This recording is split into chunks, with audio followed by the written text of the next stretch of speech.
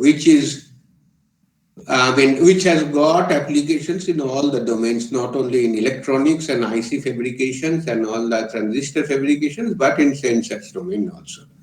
The advantage is that versatile, small size, easy for batch fabrication and micro fabrication, can readily be integrated with signal conditioning circuits. Just 1 minute. Admit. Can readily, so it is a small size, versatile. And second thing is that it is easy for batch fabrication. A lot of sensors can be fabricated together. Basically, in one wafer, you can fabricate at least around 1,000 wafer is just a 6-inch wafer, circular wafer like this. You can place at around 1,000 same type of sensors with a identical specification and identical size in that one. So naturally, a batch fabrication that will reduce the cost, and also micro fabrication with a very small feature size we can fabricate. And another important thing is that the silicon is that can readily be integrated with signal conditioning circuits. Whatever sensor you make, we require a signal conditioning circuits and amplifier and etc. CMOS and all the things. So basically the thing is that in the same wafer we can fabricate both the sensor as well as this signal conditioning circuit. So both of them becomes integrated, and that is a very easy thing. Now look for the physical and chemical properties, effects of sensors on silicon. So basically, what are the sensing we can use with silicon sensors? Basically, if the physical chemical properties or environment changes, silicon will react, and that's the thing here. One, of course, we need to process the silicon accordingly, and the doping, depending upon doping and all other issues there. First of all is the radiant. That means the light. So we know the photovoltaic cells are made of silicon. That means a photodetector, whatever we call it. Then it is a photoconductive. That means for photodiode.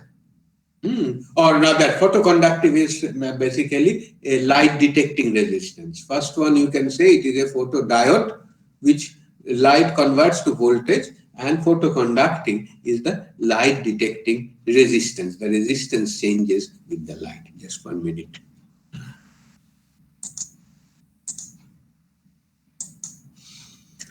And then what is there is that mechanical.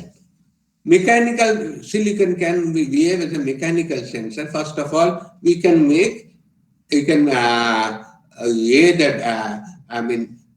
process the silicon basic substrate and make some using some etching of this substrate, and like this we can make a silicon based diaphragm where the diaphragm, if the pressure is applied in one side of the diaphragm will deflect in similar way as a normal pressure diaphragm based pressure sensors. So it could be silicon also, and basically this piezoresistive, actually you know that there are some piezoresistive property of the silicon there. So basically with the pressure or with the strain involved there, or the resistivity changes. So if we place some small resistance, the resistance will be changed, and we can have some sort of what we say a Wheatstone bridge arrangement to sense the unbalanced bridge of this one due to the applied pressure. Similarly, we could have a accelerometer, silicon-based accelerometer, like a MEMS capacitive accelerometer, and a number of mechanical, so that can measure the vibration and the accelerations and etc. And a number of such mechanical properties or parameters can be measured using silicon sensors. Basically, very small size, it can be readily integrated with the electronics as a major area. Similarly, we know that the thermal effect of, that silicon can be used for measuring the temperature. You know, IC temperature sensors, you must have seen this one, or maybe you have done experiments like 8590 and LM35 possibly. There are many types of simple ICs there, and where the temperature, it is exposed to the ambient temperature. If the ambient temperature changes, it will give you some output voltage or output current, which is very linearly proportional to the temperature. So that is a very important here, and it has a fairly high sensitivity, but only useful till temperature of 150 plus 150 degrees Celsius. Beyond 150 degrees Celsius, it is not possible to use it. And so this is another temperature sensor. For magnetic, you know the Hall effect sensor. Though for the silicon, the Hall effect sensitivity is low, but there are similar it can be used for magnetic measurements also.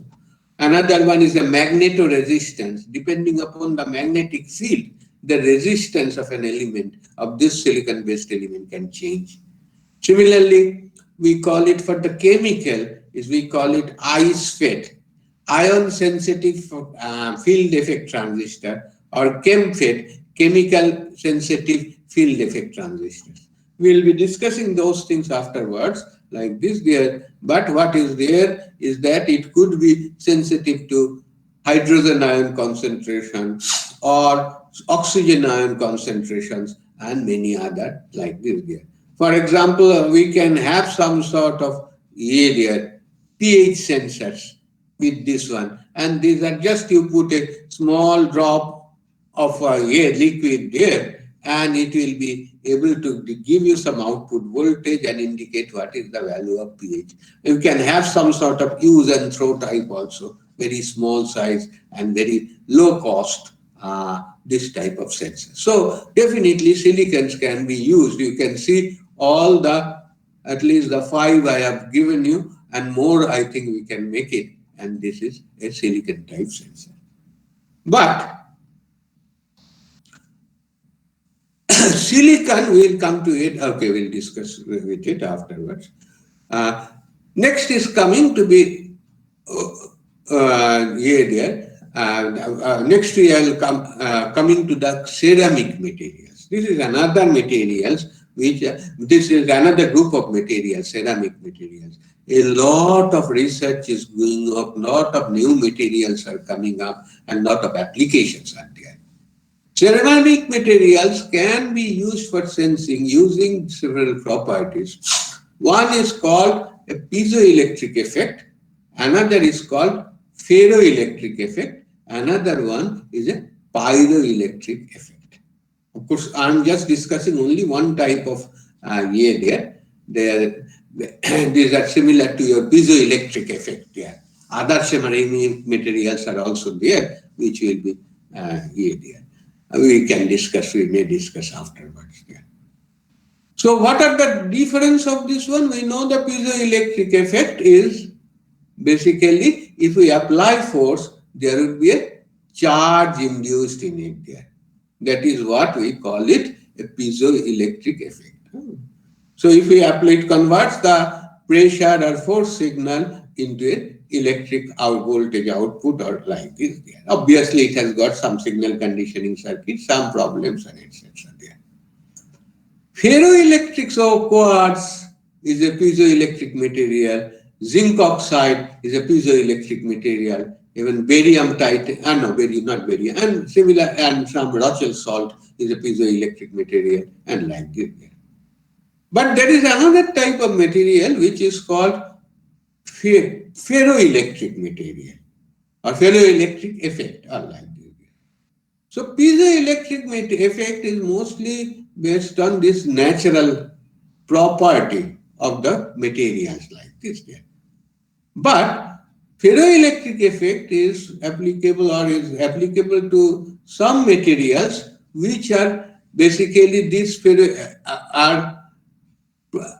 are without this process, where it requires some initial processing.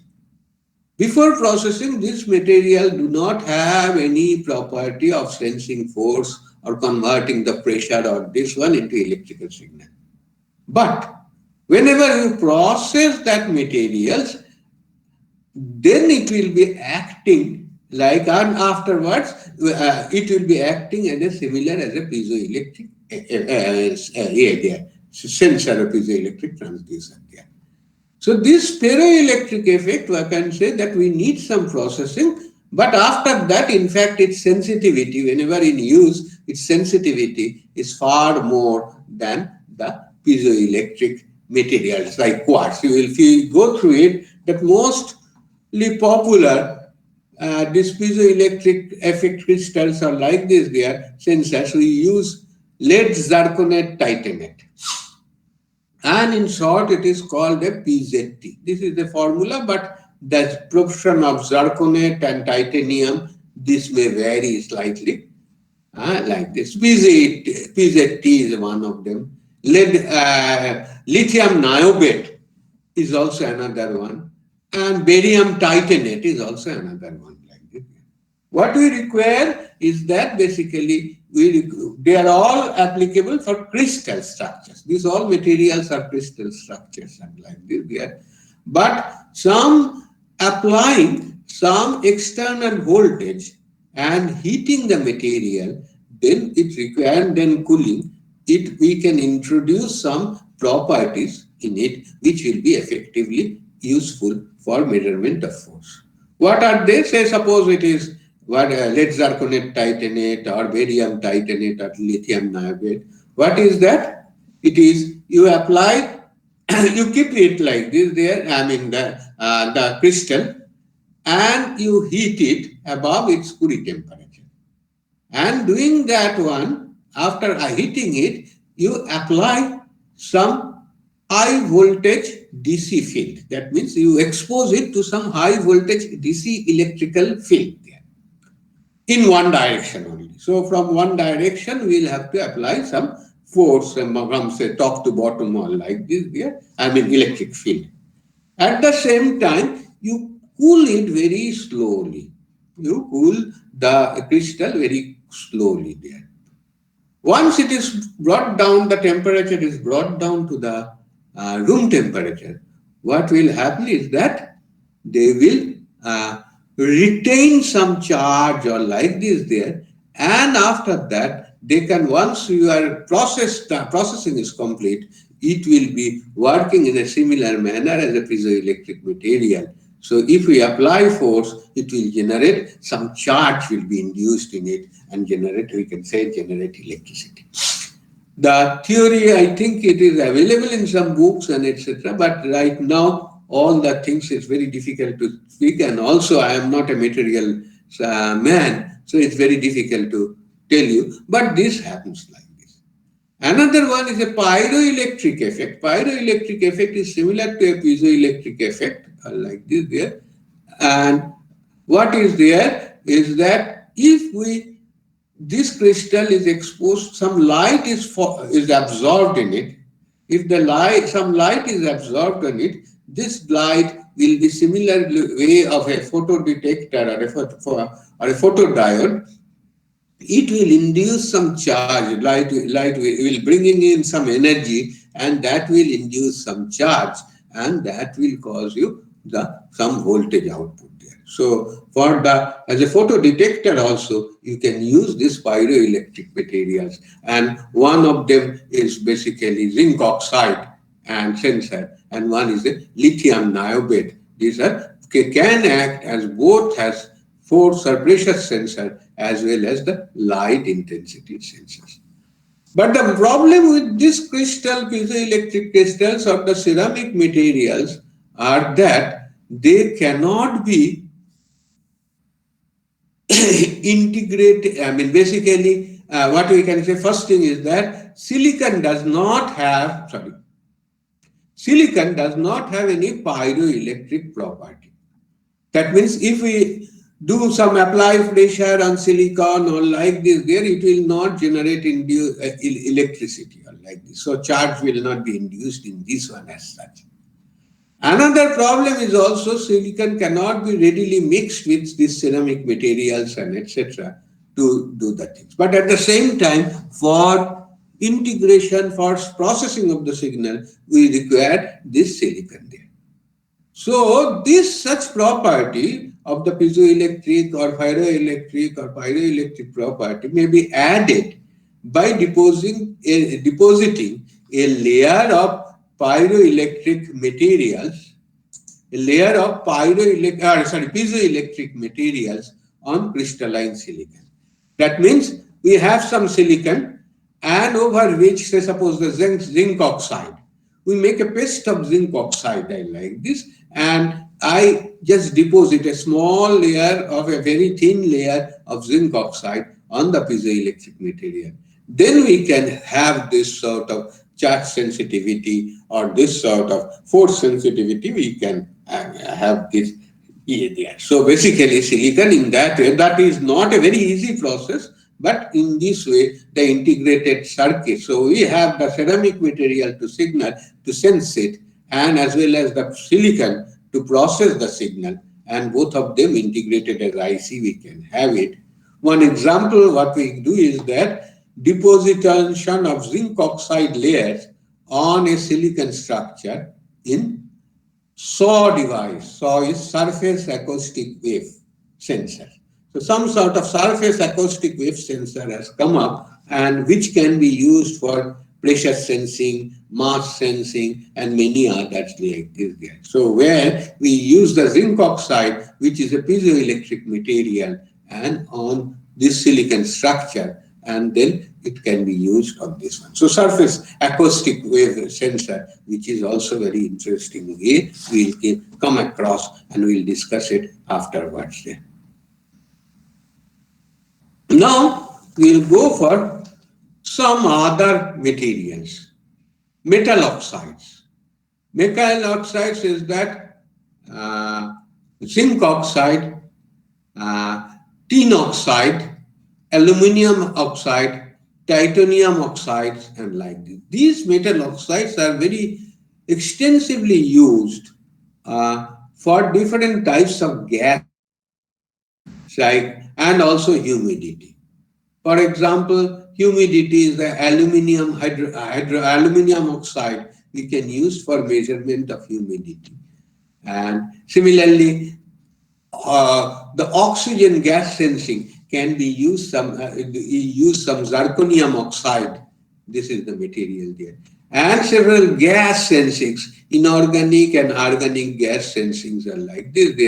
There we can use different types of this tin oxide, titanium oxides, and many other oxides there. The basic, of course, the humidity sensor is very simple. It aluminum hydroxide, if it is absorbs moisture, for moisture, it's basically the resistance changes. Aluminum hydroxide, its resistance by absorbing moisture, sometimes its resistance changes. But on the other hand, the gas sensings, other types of gas sensings are like this methane sensing, carbon monoxide, carbon dioxide, or oxygen sensing. What we require, this metal oxides, we need to heat it at around 600 degrees Celsius. And the test sample for which we want to measure the gas concentration or presence of gas are like this there, where it is slowly passed over it. And once the test samples are passed over it, these gases are absorbed by these metal oxides there. And thereby, what happens is that the resistance of the metal oxides do change with the specific gas concentrations and like this. So a lot of gas sensings which we require, that all organic compounds and methane and carbon dioxide, carbon monoxide, and many other. These are for industrial there, and also we require this sort of metal oxides. We will be discussing that one also. But the problem of them is basically they are slow, very slow process. So it requires maybe 5 or 10 minutes to heat it and make it sensitive to it, and then only we can measure it. And also some more processing required there. Is it okay up to this? Any questions? You may ask me. Yes, any questions? If there is any question, you may ask. If it is not, I will continue. Okay? Yes? So this is all very informative ways. So is it necessary? Is it assumed that we should have this in our memory, all of this, or is it just for the What, information point of view, what, right? what do you think? Am I testing the memory? And why do you think of always in terms of examinations? If you want only examinations, come attend the class on the last day and collect the class notes and memorize it. Don't try to understand the things. You are supposed to learn the subject. I didn't say, ask you to memorize it. And I know my limitations and our limitations and like this. And this memorizing is not really there. But the important thing is that to develop some concept. If you are given a job, you can work with it. If you want to give a design job, you want to design such an instrument. If you are not interested, you just tell I am not interested. We will come. I will give you attendance. So this is the not expected from this one that whether you want to memorize and these things there. If you have anything on this one, if you have some questions on it, you can discuss. We can ask for it. But whether you want to memorize or this sort of questions, really speaking, is not very encouraged. Like this. And I also assure you, all of you, because I know my limitation of memorizing and I know the difficulty. So it will not be memorizing this one. Okay. Any other question? So how these oxides are used in for gas sensing is? We'll discuss. As I told, this is an introduction. Okay. So these are the things there. You are just giving an exposure. Oh, Then we will okay, go sir. for it. Okay. Okay. Similarly, the polymer or plastics, this has got a lot of improvement of this one, the polymers and plastics and like this. One is a PVDF, which is basically a polymer and it is polymer type polyvinylidene fluoride. Polymer type there sensor which is used for medical imaging. You must have seen the ultrasonography. They use some sensor like this there which is moved that one. This is basically a piezoelectric type or ferroelectric type material. But the material used there is not for certain reasons, is not those sort of standard materials which are used for sensing or like this, but it is some sort of polymer which has got some advantages of this one with human skin, compatibility with the human skin. Another one is a electret. Electret is basically it's also a plastic material. This is also requires some processing, that means heating it up and then very cooling in presence of some field here there, a DC electric field, and then it will trap some charge. So electrets are very much there because you can say most of our microphones are made of electret. They are made of the small microphones, small size microphones are made of electret. Now there are maybe in development, but it is one of the basic things here. It is something, it is electret. Once it is trapped in charge, it works as a small charge source. Say suppose positive charge source like this, there it is. And whenever some diaphragm comes over here near it like this there, and so some charge will be induced on the diaphragm. Charge will be induced on the diaphragm, and this charge and the diaphragm vibrates, that will induce some voltage, and this voltage is further amplified with some fate and like this, and this is what is there inside your microphone, and you can easily see it's such a small size microphone with a small voltage it can operate nicely. So this is another material. Earlier days microphones requires a big size and much more higher voltage, but it is not. So this is the thing here. So the diaphragm material is electric. Yeah, not diaphragm material. Okay, and that area. Okay, just I will show. I think diaphragm materials. I will. Where is that? Where? Okay. Uh, yeah. Board. Whiteboard. Where is the board? Uh, Whiteboard. This is something like this.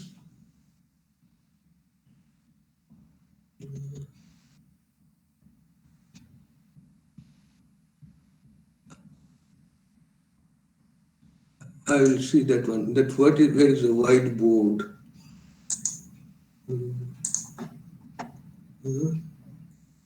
Start a new whiteboard. What is this? What I need to, not sending here right now. Okay. Yes. No, not yet sent. Not yet sent. Okay. Actually, I have not done it yet. Yet. I will discuss it afterwards. How does it shape and like this? In fact, for the instrumentation third year students, I have taught these things, electrate there.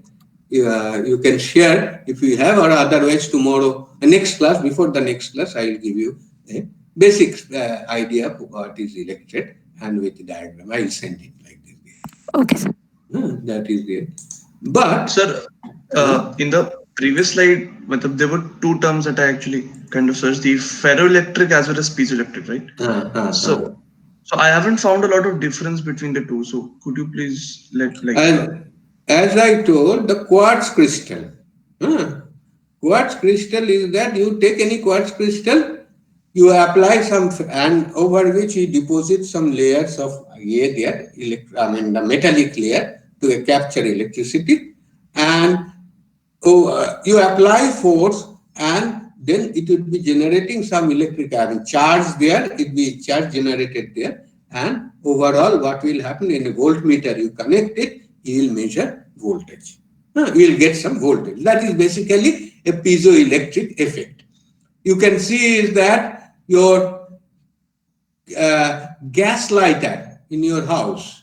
So gas lighter is nothing but a piezoelectric material. You apply force or pressure, it induces. Yes, so that I get. But it does not require any processing. But this ferroelectric material, like this barium titanate or lithium niobate, do not have any piezoelectric material. But by some external processing, we can you can insert this piezoelectric property in it. That is that heating and this one. Any other question? No, sir. Okay.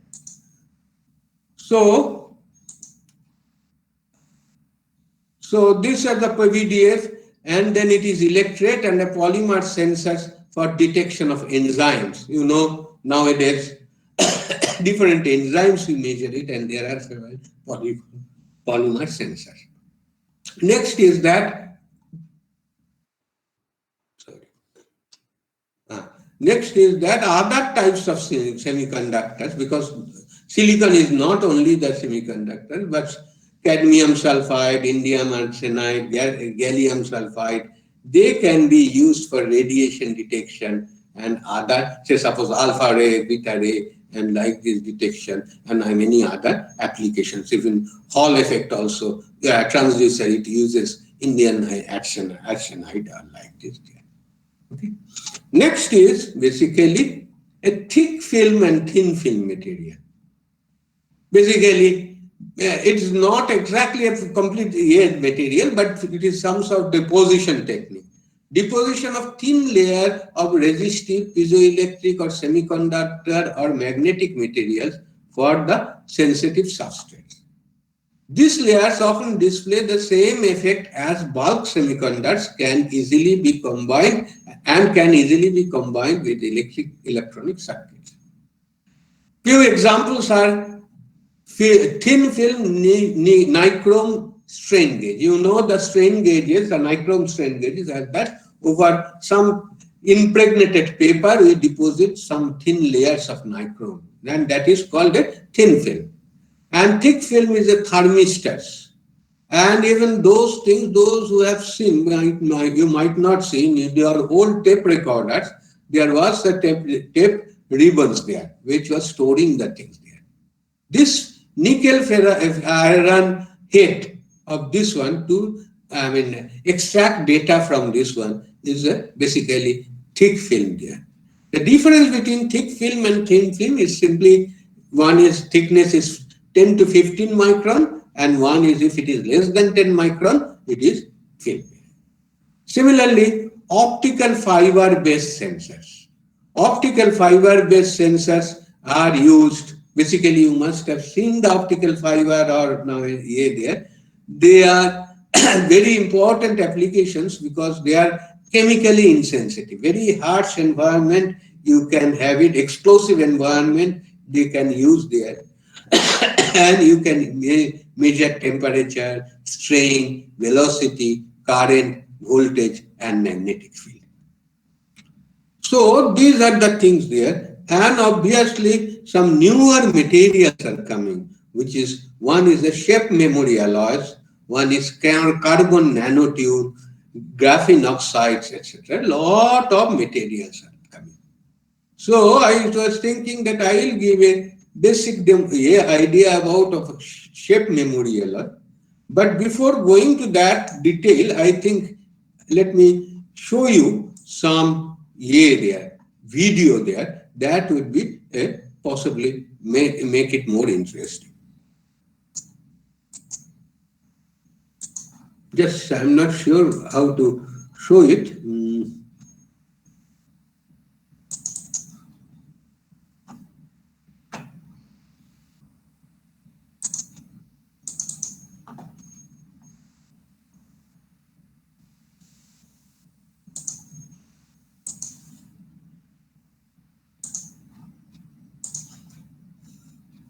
Is it visible?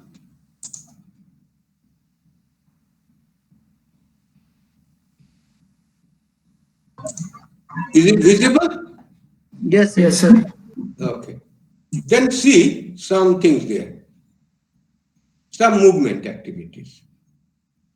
Some made of some wires, and these are simply two wires there.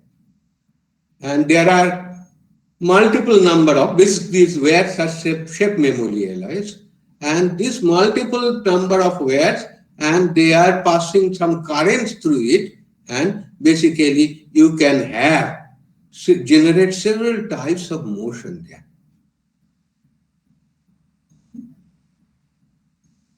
Really interesting there.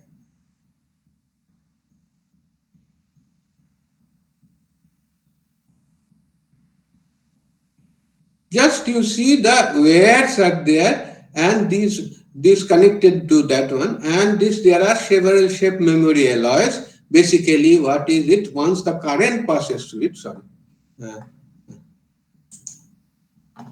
Yes. Oh, anyway, these things is also there. I can show it, but I think I am not interested in that one. I will give you. You can see hundreds of there already. I can show you this one again.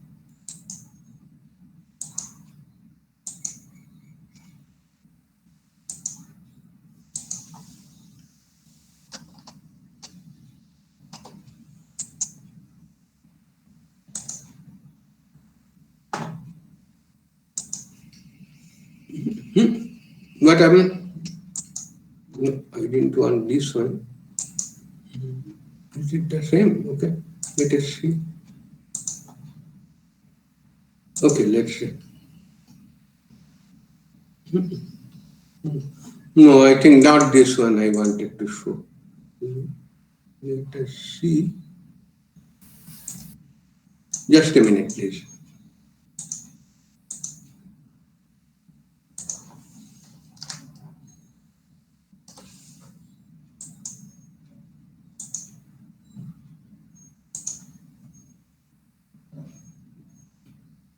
That's an interesting idea.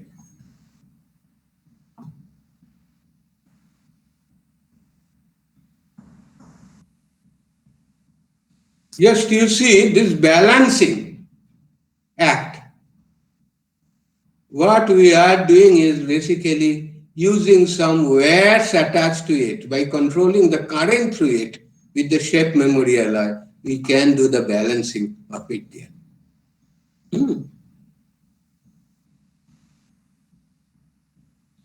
That is because of certain properties of it there.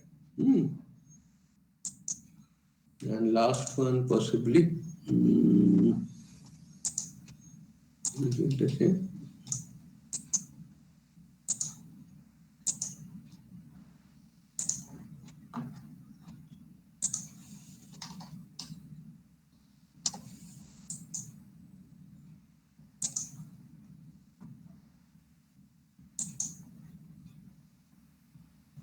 What is this?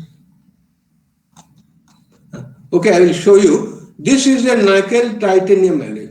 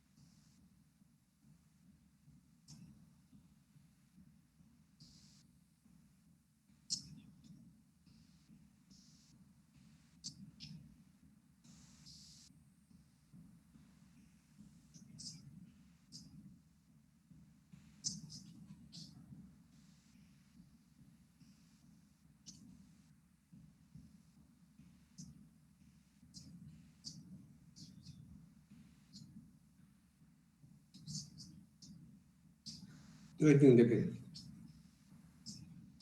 Okay, I think that is not very idea. So we can have a lot of the most interesting one I couldn't actually forgot. I couldn't do it. But two things are this is a very why we call it a shape memory alloy is that it memorizes its shape. You can make a coil or any other things and then straighten it, and you pass some current it. Whenever it gets a pass current where this nitinol or nickel titanium alloy, that basically changes its metal structures there. I mean the crystal structures there. And you just say, suppose it was a spring structure originally, it gets back to the original spring structures there. Whatever structure we want to have it, we used to have it, it will memorize it. And if you just heat it, it will get back to that one. And these shape memory alloys have been used very much, as I told, gave you the first year their introduction like this, to basically to many of the robotic applications there. Say suppose our finger, say suppose our, because in the here there, say suppose your hands are there, robotic arms there. So I want to bend the hands or fingers or like this. We can have operated using different types of shape memory alloys, and just you pass current through it. Once ever you pass current through it, the finger which the current is passed is basically will contract, and as well that particular finger will come down on like this. So you can have a movement of like. So these are the major applications and major there in this type of shape memory. I think I'll give you some more introduction about the shape memory alloy maybe in next class.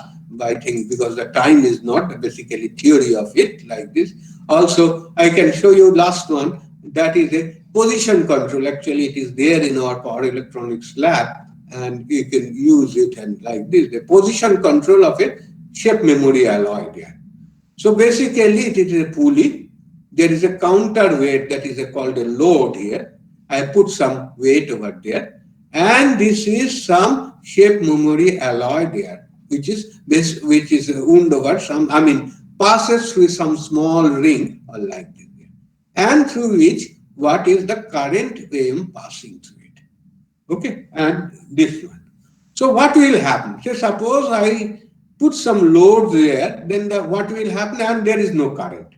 Then what will happen? These wires are little bit stretched.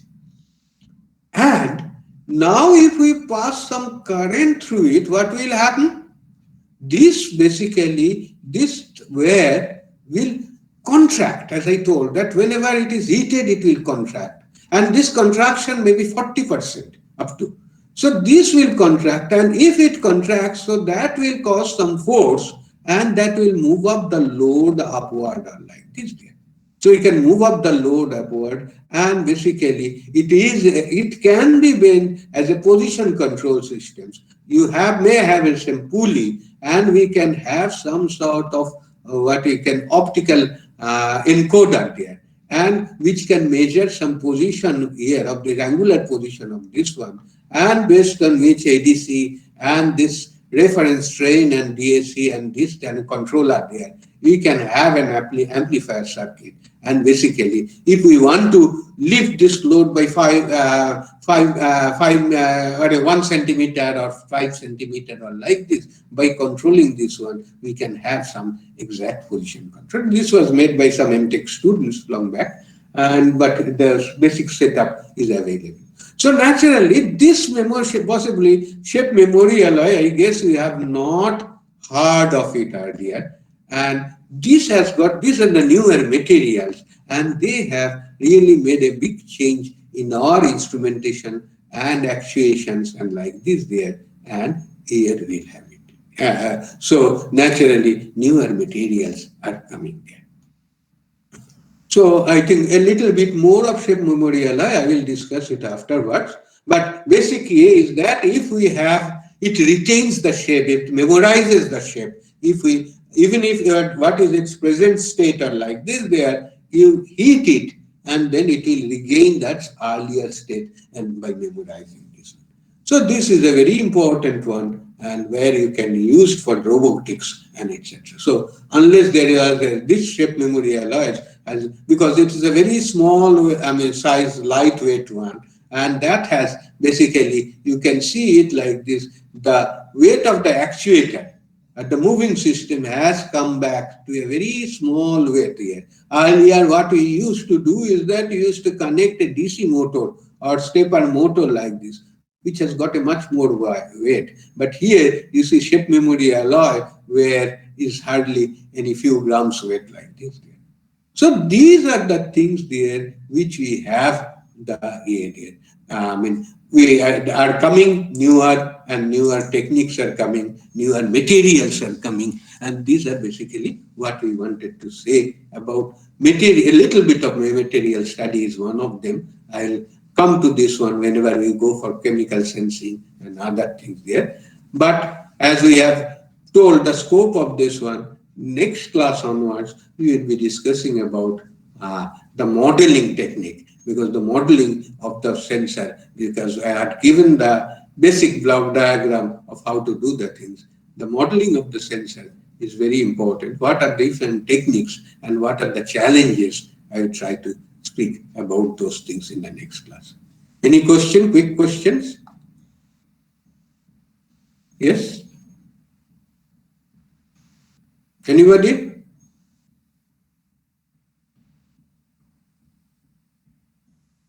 Yes, please. Anybody with question? Sir, so in thick film and thin film substrates, thin film, like what is the sensitive substrate used for? It depends upon case to case. Say suppose a strain gauge. The sensitive, the substrate is not sensitive. The layer, which thin film is sensitive. What for the strain gauge, metal foil type strain gauge, we have some impregnated paper over which we deposit thin film of nichrome ware. Nichrome is a nickel chromium alloy ware. And that alloy. So that film of this, we make some sort of small thin film of there, and that is deposited over there. So that is what is sensitive. Similarly, in thermistor, there is some thick film of deposition of the some semi-manganese oxide or magnesium oxides are deposited, and that makes it heavier. That thermistor, which is basically sensitive to temperature. Yes, sir. Any other questions? Is the shape memory alloy very new, or has it been around for some time? Because this is the first time. This is the first time? We are hearing this, so I mean. That's why I'm telling you, we'll hear many other things also. Shape memory alloy, actually, we'll see then now with YouTube.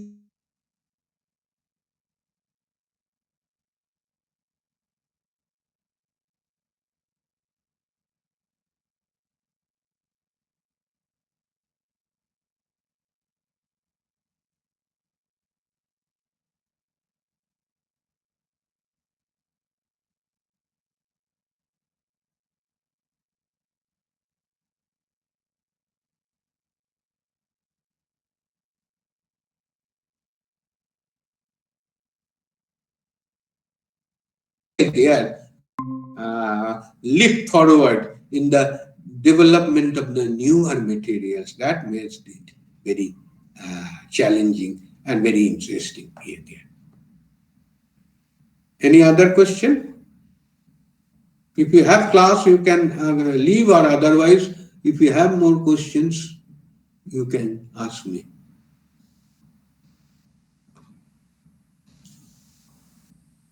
So please go through it, and always, as I told, that these things you can see it in net also. You will find a little number of applications, and shape memory alloy is not also Dynalog, Dynalloy, the shape memory alloy. We purchased it from basically through giving order, and small, I mean, not very costly or like this. I think now it is available in India. We had to purchase from US or like this.